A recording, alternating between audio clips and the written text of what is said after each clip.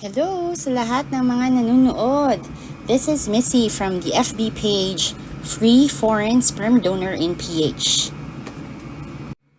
Sa video na to ay matututunan natin kung paano ba nabubuntis ang mga babae.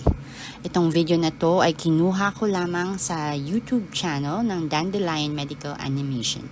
May times na ipopost ko ang video para mabigyan ako ng time ma-explain ang process in relation sa sperm donation. So, may mga additional information ako na sasabihin o ipapaliwanag na konektado sa proseso ng pagdodonate namin ng sperm or similya. Tara, umpisahan na natin.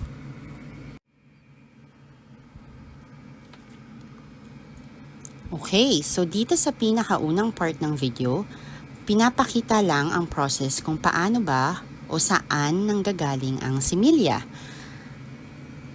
Obviously po, galing po ito sa reproductive system ng ating biological male sperm donor. Pinapakita din dito kung gaano kadami ang similya na pwedeng i-release ng isang healthy sperm donor.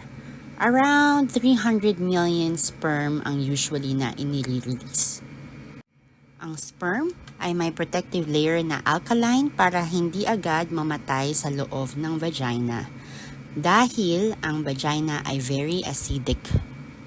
Pero kahit may protective layer pa sila, pagpasok pa lang ng vagina, milyon na ang mamamatay na sperm or lalabas lang o yung tinatawag na parang nagdi-leak lang outside the vagina. Normal lang ito, milyong-milyong sperm pa din ang makakapasok ng uterus. Para mabuntis, ang babae ay dapat nag-ovulate. Sa ovulation period kasi, lumalambot ang cervix.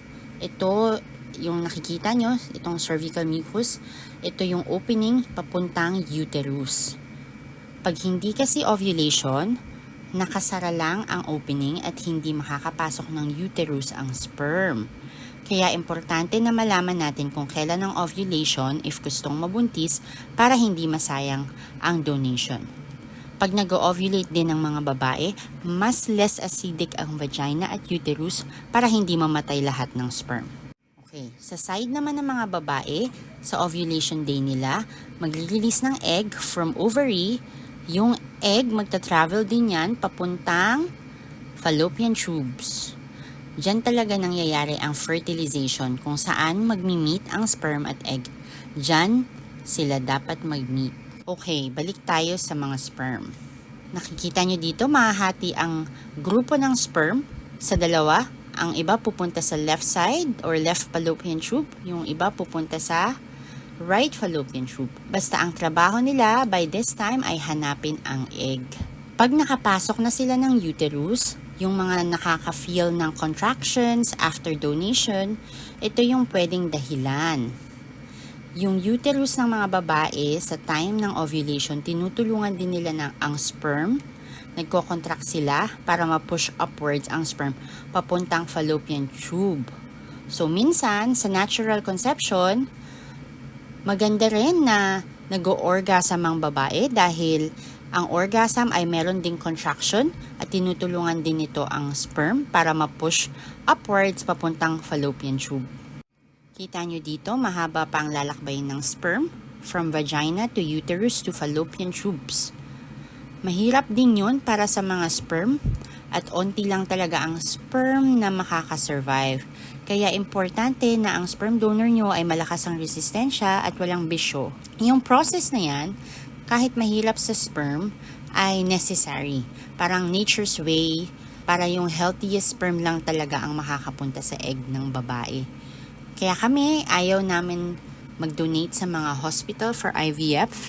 Kasi sa IVF, basta kukuha sila ng maayos na sperm, tapos ikukumbay nila sa egg, walang labanan, hindi mo sure kung yun talaga ang healthiest sperm.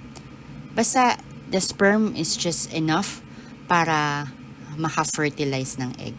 Yung egg naman, makikita nyo dito, ay magre-release yan ng parang enzymes para ma-attract yung sperm. So, yung mga sperm, susundan lang nila yung enzymes na yun para makita nila kung nasa ng egg. Pag nag-meet na ang egg at mga sperm, yung pinakaunang sperm na makakapasok sa egg, yun lang ang makaka-fertilize ng egg. Yung unang sperm na yun, mag-release din ng enzymes para hindi na, or parang signal siya para hindi na makapasok yung iba pang sperm sa egg. And then, tuloy na siyang makakapasok sa loob ng egg. At makikita nyo gumana yung enzyme. Hindi na makapasok yung iba pang sperm o similya sa loob ng egg. And then, puputok dito yung head ng sperm na nakapasok sa egg and magre-release na siya ng chromosomes. And then, dito na magko-combine ang chromosomes ng sperm at chromosomes ng eggs para mag-form ng DNA ng baby nyo. Pag nag-combine na yun, masaset na agad ang magiging itsura ng baby. Yung kulay ng mata, kulay ng buhok, kung kulot o hindi, yung natural skin color nila. So, makikita nyo maaga pa lang sa process, nakaset na agad. Wala nang external factor ang pwedeng makapagpabago ng kung anong magiging itsura ng baby nyo. So, wala yan sa iniinom nyo ng pagbubuntis nyo or kinakain kung anong magiging itsura ng baby kasi naset na agad yan. Fertilized egg, ang tawag na ngayon dyan ay zygote. Magta-travel ang zygote from fallopian tube. Kita nyo, nag-divide yung cells niya, I think. And then, magta-travel from fallopian tube going to uterus na siya. Dahil ngayon, pagdating sa uterus, importante dito ang endometrium lining. Pag manipis ito, hindi makakakapit ang fertilized egg at hindi rin matutuloy ang pagbubuntis. Hanggat hindi nakakakapit ang egg, tutuloy lang nakakapal itong endometrium lining hanggang maging period. Kasi pag makapal na yan, yan na yung magiging parang dugo sa ating period. So, dapat tama ang timing ng pagdating ng egg dito sa endometrium. Hindi pwedeng super nipis pa siya, or super kapal na siya. So, para doon sa mga nagtatanong kung normal ba yung implantation bleeding, yes po. Kasi, as you can see here, mag-i-implant talaga yung egg. Talagang papasok siya sa loob ng endometrium lining. And sometimes, nagkukos yun ng bleeding or may lalabas na onte. Pero very minimal lang ho dapat. Dapat nga spot lang. Implantation spotting lang dapat. For me, mas prefer pa din natin na walang spotting at all. If magka-spotting kayo, magka-bleeding, we recommend na mag-bed rest kayo hanggang matapos ang implantation man lang. Endometrium din ang magiging source ng oxygen at nutrients ng baby, kaya importante din talaga na normal at healthy ang endometrium. Okay, so by 4th week from the first day of your period, dun na magiging embryo or baby sa fertilized egg at dun na magsisignal sa ovary na hindi natutuloy sa pagkakaroon ng period ang babae. Diyan na din nagtatapos ang video na ito kasi ang susunod na part ng video ay yung pag-grow na ng baby sa womb ni mommy. And that's for another video na. If you have other questions, feel free to comment sa YouTube video na ito at sasagutin ko yan as much as I can, as soon as I can.